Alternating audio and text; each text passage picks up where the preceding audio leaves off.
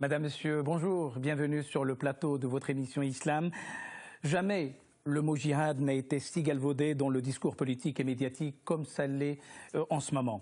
Et il se trouve aussi que le mot djihad a la même racine que le mot ijtihad qui veut dire un effort pour l'interprétation des sources islamiques. Alors pour voir plus clair, j'ai le plaisir de vous présenter mes deux invités. Tariq Oubro, bonjour. Bonjour. Vous êtes théologien connu pour vos ouvrages et pour vos lectures justement de la tradition islamique et vous êtes l'imam de la grande mosquée de Bordeaux. À côté de vous, Abdelhak Guiderdoni, bonjour. Vous êtes astrophysicien, vous êtes aussi directeur de l'Institut des hautes études islamiques en France. Messieurs, d'abord, avant de revenir vers vous pour aller un peu plus loin dans la compréhension de ces termes et leurs conséquences, regardez avec moi ce document préparé par Marie-Annick Leguerne sur justement la manière dont il faut évoquer le principe de l'ijtihad. Regardez. Pour les musulmans en quête de spiritualité, la vertu est dans l'effort. La racine jahada signifie effort. On distingue djihad mineur, djihad majeur et ijtihad. L'ijtihad, l'effort de compréhension du texte coranique, d'interprétation de ses paraboles, est hautement valorisé. Un verset incite le fidèle à dire « Seigneur, accrois mon savoir ». Ce verset a inspiré la créativité des savants et suscité bien des débats. L'encre du savant vaut mieux que le sang du martyr. Dieu placera sur des degrés élevés ceux d'entre vous qui croient et ceux qui auront reçu la science. C'est ce qui explique la floraison des manuscrits entre le 7e et le 13e siècle. Les connaissances sont compilées dans des livres qui circulent de main en main, qui sont traduits et étudiés à travers tout l'espace islamique, de l'Andalousie aux confins de la Chine.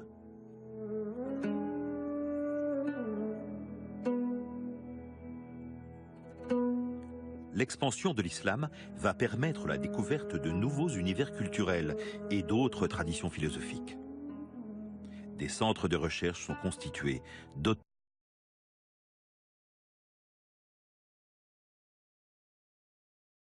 de grandes bibliothèques, à l'image de la Maison de la Sagesse, à Bagdad. Parallèlement, le voyage d'études devient la règle. La rivalité entre les cours stimule les esprits. Les vizirs deviennent mécènes et font tout pour attirer les savants et leur donner les moyens de poursuivre leurs recherches. Les musulmans intellectuels sont de grands voyageurs. Sillonnant les routes de l'Empire, les caravanes transportent parfois de véritables universités nomades. Au XIe siècle, Avicenne, né à Boukhara, voyage jusqu'à la mer d'Aral avant de s'établir en Perse. Un siècle plus tôt, Ar-Razi passait de Perse en Syrie, puis d'Égypte en Andalousie, pour parfaire ses connaissances en médecine. Quant au Mali, on y trouve la grande bibliothèque et la célèbre madrasa de Tombouctou. Le voyage vers l'ouest s'impose, avec des étapes incontournables, à la madrasa de Kérouan ou à celle de Tunis, la Zitouna. Les haltes au sein des confréries soufis, en Algérie, sont des expériences importantes pour les savants voyageurs et les humanistes musulmans, afin de progresser sur le plan intellectuel et spirituel. Au XIVe siècle, le parcours du père de la sociologie moderne, Ibn Khaldoun, en témoigne. Étudiant en droit à la Zitouna, puis à la madrasa de Fès, la Karawine, avant d'enseigner en Égypte. Cette quête du savoir, cet ijtihad intellectuel, ne doit pas faire oublier qu'il se double d'un ijtihad vertical, quête spirituelle, dans la tradition des maîtres soufis, pour faire tomber le voile qui nous sépare de Dieu. Tariq Oubro, l'ijtihad et le djihad ont la même racine. De quoi parle-t-on d'abord? Commençons d'abord par l'étymologie de ces deux vocables qui contiennent le sens profond qu'on va traiter par la suite au niveau de la théologie, de la philosophie, jusqu'à la connaissance universelle d'une certaine manière.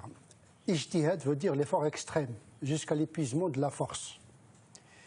Selon la tradition musulmane qui repose sur un hadith du prophète, l'ijtihad concerne justement l'effort extrême concernant le travail intellectuel. Depuis ce hadith, les savants musulmans ont réservé le mot ijtihad, c'est-à-dire effort extrême intellectuel, pour comprendre les textes d'une part, mais également pour comprendre la réalité des textes et la réalité de leur époque à partir de laquelle ils traitent les textes. Quant au djihad, c'est le simple effort. Comme si, dans la tradition musulmane, l'ijtihad, dès qu'on touche à l'intellect, dès qu'on touche à la pensée, l'islam ne demande pas le simple effort. Il demande un effort extrême. Concernant le spirituel et le moral, l'islam demande le jihad, c'est-à-dire l'effort, comme si l'islam est plus exigeant en matière de la pensée qu'en matière de la spiritualité et de la moralité, puisque les deux dernières dépendent de la qualité du premier. Abdelhak Guederdoni, l'ijtihad et le jihad, ce sont d'abord des efforts intellectuels fondés sur la raison. Vous, le scientifique, comment vous vous retrouvez justement dans cet effort de la raison jusqu'à l'épuisement, comme vient de le dire Tariq Oubrou? Ça a été bien montré dans le film qu'on a vu. L'islam est avant tout religion de savoir, religion de connaissance. Les appels au savoir dans le Coran sont innombrables et sont relayés par la tradition prophétique. Et les musulmans, à partir de la grande période d'expansion, ont recherché le savoir partout, du berceau jusqu'au tombeau, pour être fidèles à cet enseignement du prophète Mohammed. Et donc, l'ijtihad et le djihad viennent décliner en quelque sorte cette recherche de savoir. S'il y a cette idée de réfléchi, qui est dans la racine du verbe, l'effort sur soi-même qui découle de ce fameux hadith où le prophète a envoyé l'un de ses messagers au Yémen. Et voilà, comment vas-tu juger des choses si tu n'as pas le Coran et la Sunna? Je jugerai en faisant un effort sur moi-même pour essayer de trouver le statut des choses, la connaissance des choses par moi-même. Et donc c'est quelque chose de très important, cet effort de recherche de la connaissance. Et le djihad lui-même, c'est un combat, c'est un effort poursuivi sur soi-même aussi, pour arriver à une connaissance qui soit incarnée dans l'action, c'est-à-dire une connaissance de l'éthique. Alors, Tariq Oubrou, c'est une connaissance, c'est un accès au savoir, c'est une interprétation. Interprétation de quoi, d'abord? Tout d'abord, la pensée musulmane et l'agir musulman prend son élan à partir de la révélation traduite dans des textes. Nous sommes dans une tradition où la seule autorité qui s'impose à la conscience musulmane, c'est le livre. Nous sommes la religion du livre par excellence.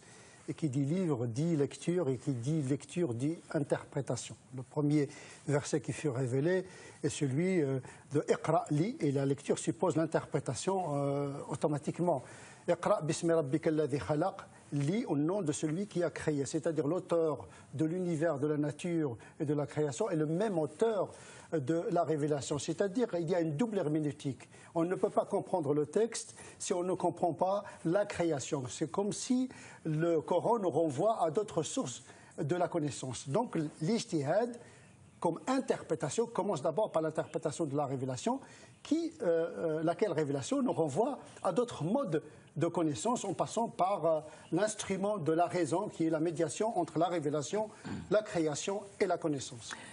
L'ijtihad, dites-vous, c'est d'abord un effort sur soi, c'est un effort d'interprétation des sources coraniques, les sources fondamentales, mais c'est un effort pour faire quoi?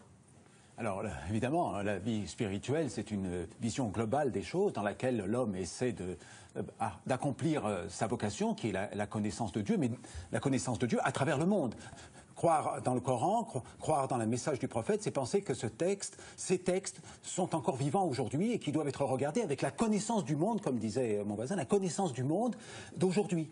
Et c'est quelque chose de fondamental qui a été réalisé à plusieurs reprises au sein du monde musulman et que nous devons réaliser maintenant pour notre époque. Alors, quelles sont les dispositions coraniques qui font appel à la fois à l'ijtihad, mais aussi au djihad? Comment, justement, ces dispositions sont contenues dans le livre et quelles sont les références, Tariq Oubrou? Il y a beaucoup de passages qui impliquent la raison dans l'extraction du sens coranique. Les istinbat, le Coran parle de l'extraction du sens, puisque la révélation, dans la tradition musulmane, n'est pas un dévoilement. La révélation ne dévoile pas la vérité, il l'indique. L'ayat, le signe, le ma'na, c'est de chercher le sens. Et donc le Coran, ce n'est pas un point d'arrivée, c'est un point de départ. Mais on est obligé, pour traiter un texte, d'avoir les outils herméneutiques. Par exemple, l'imam Suyuti exige 4 disciplines qu'il faudrait maîtriser pour accéder au texte. Il y a une langue arabe, il y a une anthropologie arabe, il y a une histoire, parce que le texte est révélé dans une histoire, ce qu'on appelle l'exégèse fondamentale, comprendre le texte dans l'univers du texte. Mais le Coran lui-même ne s'autosuffit pas à lui-même, il renvoie à notre corpus, qui est la tradition. Donc, et la tradition elle-même, elle renvoie à la sagesse. Et le prophète enseigne également la sagesse. Donc, de la première révélation, le Coran, à la deuxième révélation qui est la tradition, à l'universalité de la connaissance. Et donc, on n'accède pas au texte n'importe comment. Il faut avoir une doctrine de compréhension, comme un physicien.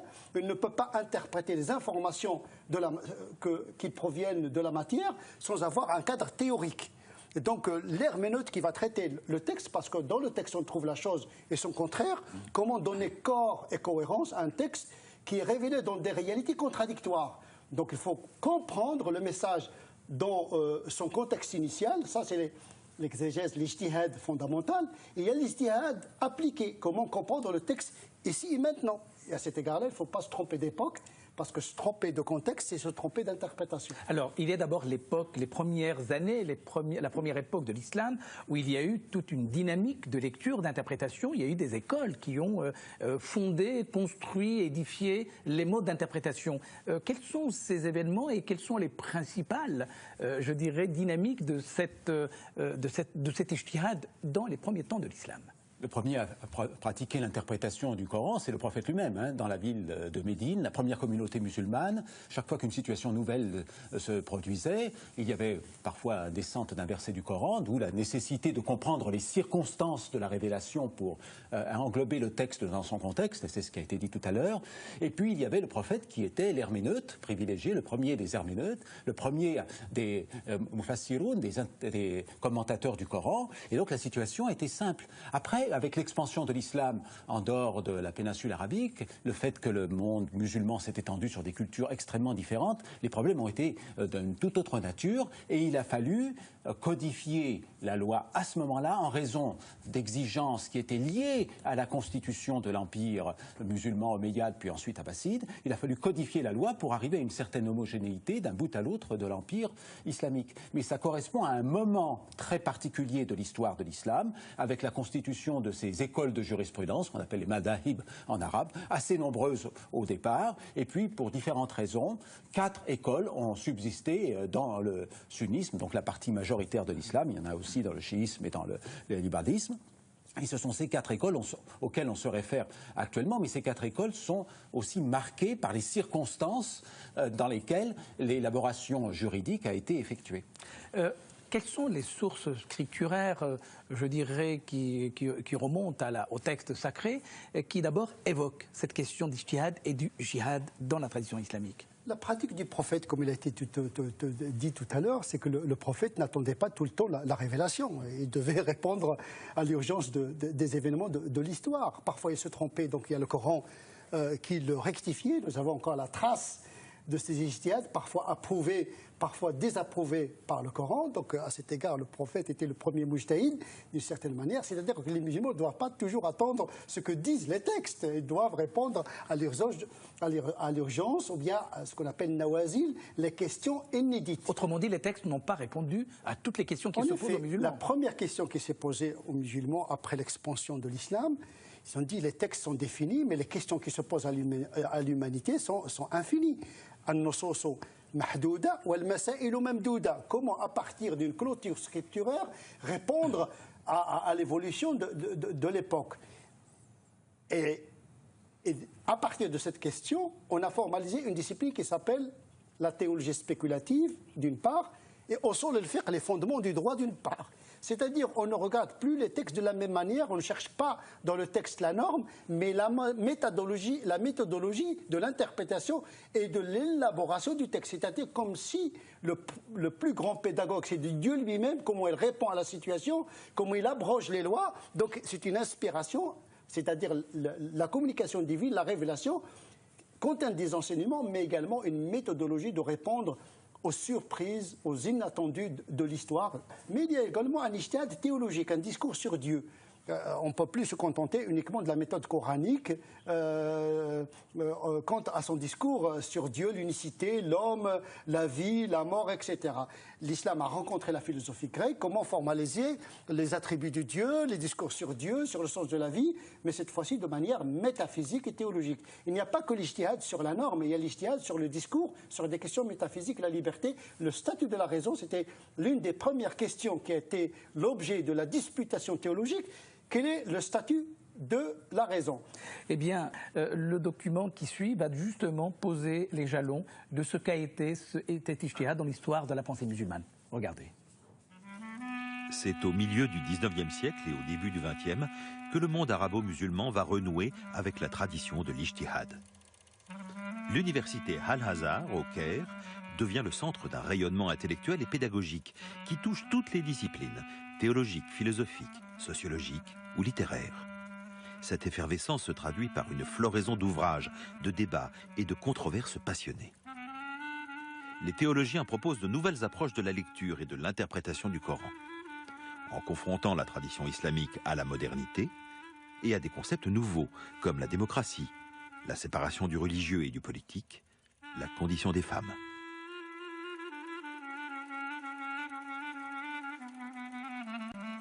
Ce mouvement intellectuel, qu'on appellera la Nada, la Renaissance en arabe, va se répandre dans tout le monde arabo-musulman, avec des figures marquantes, comme l'émir Abdelkader, le réformiste El Afrani, l'Égyptien Mohamed Abdou, l'Algérien Ben Badis, ou encore le Tunisien Tahar Haddad, défenseur de la cause des femmes.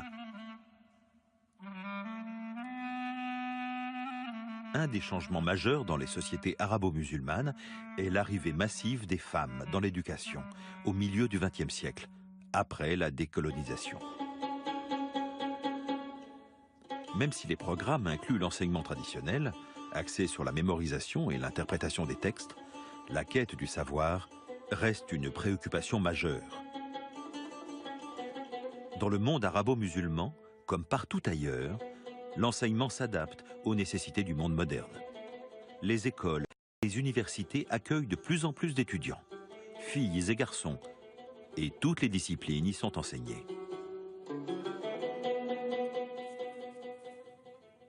Abdelhak Guiderdoni, est-ce que l'ijtihad est plus que jamais aujourd'hui une nécessité pour les musulmans? C'est une évidence. Le monde a tellement changé depuis quelques décennies, depuis quelques siècles, et bien évidemment depuis l'époque de la Révélation.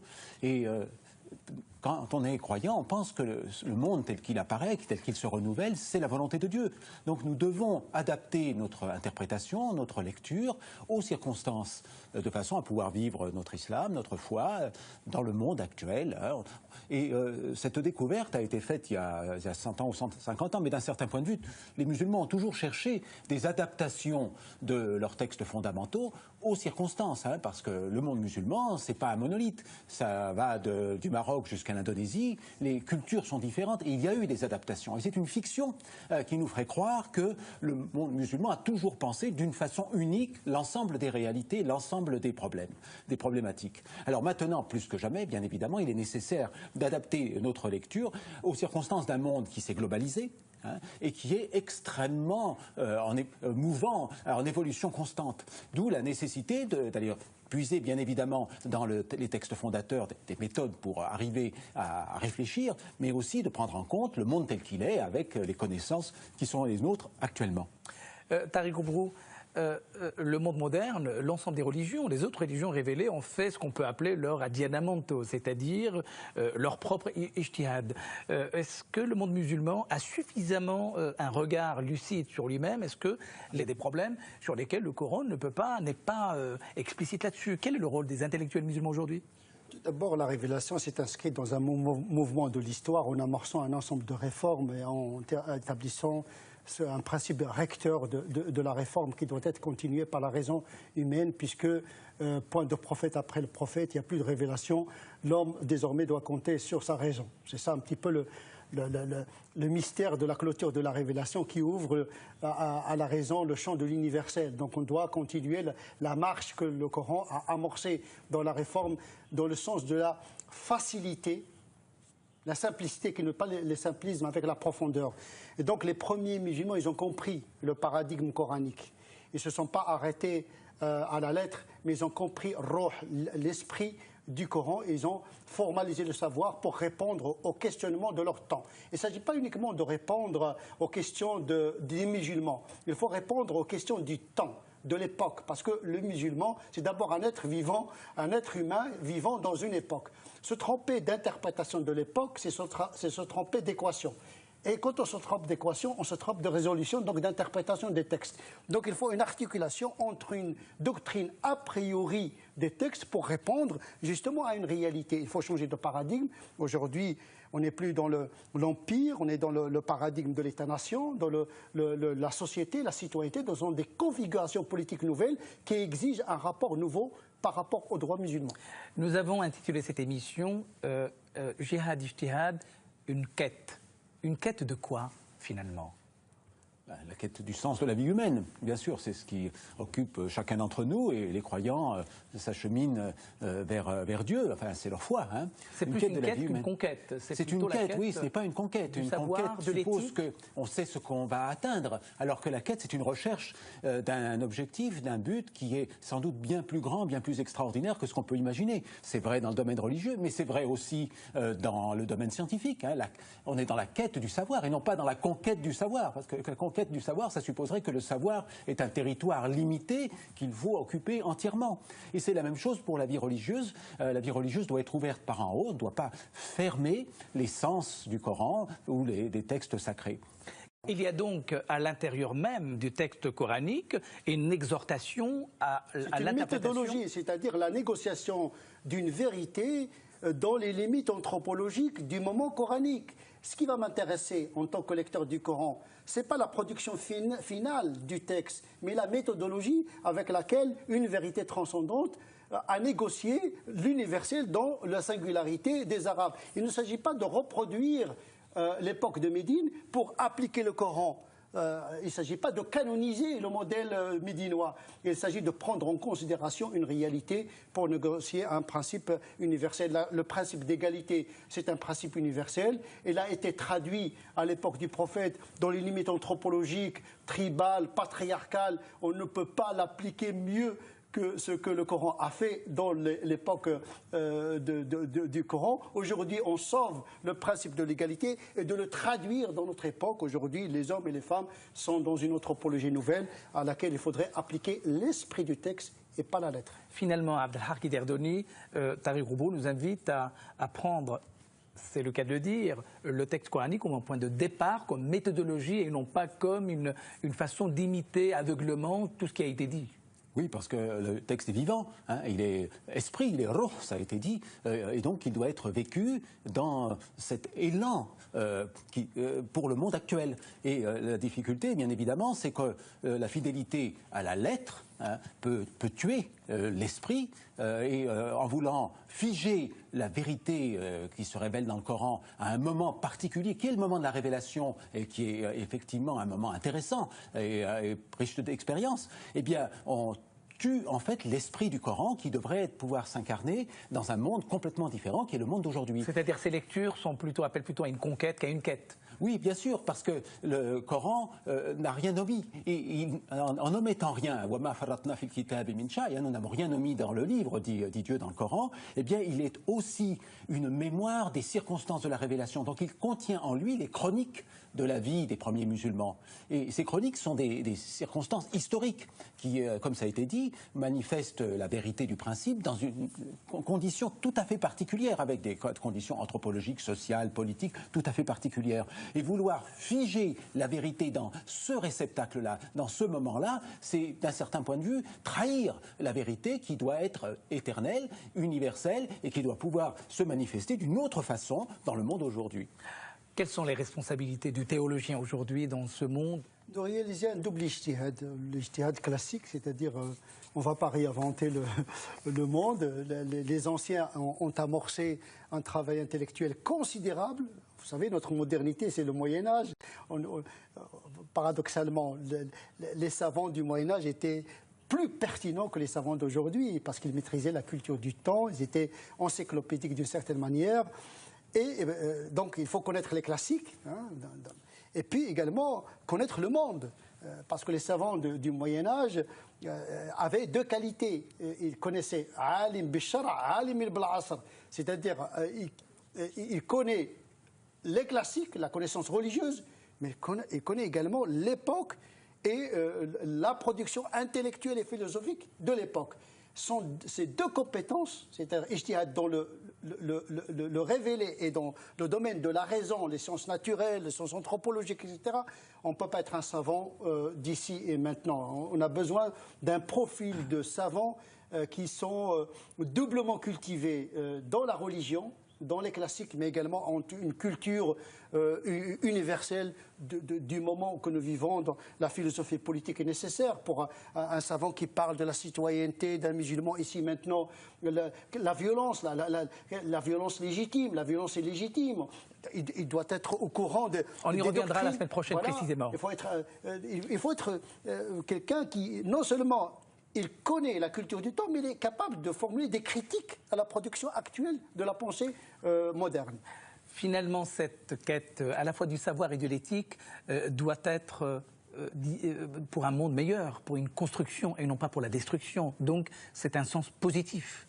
Oui, parce que le savoir doit être appliqué. Hein. Si c'est le savoir uniquement pour contempler des objets abstraits, ça n'a pas de sens. Et le savoir doit être vécu avec tout l'être et doit construire la société qui est une bénédiction. Hein. Dans la tradition islamique, la société, l'échange avec ses frères, avec ses sœurs, est une bénédiction. Donc l'action de connaissance est aussi relayée par la contemplation dans l'action, par le fait qu'en mettant en œuvre la construction de la société, on donne le bien finalement à tout le monde. Et ce n'est pas simplement à la société musulmane, mais c'est à la société mondiale maintenant, à la société globalisée qu'il faut penser.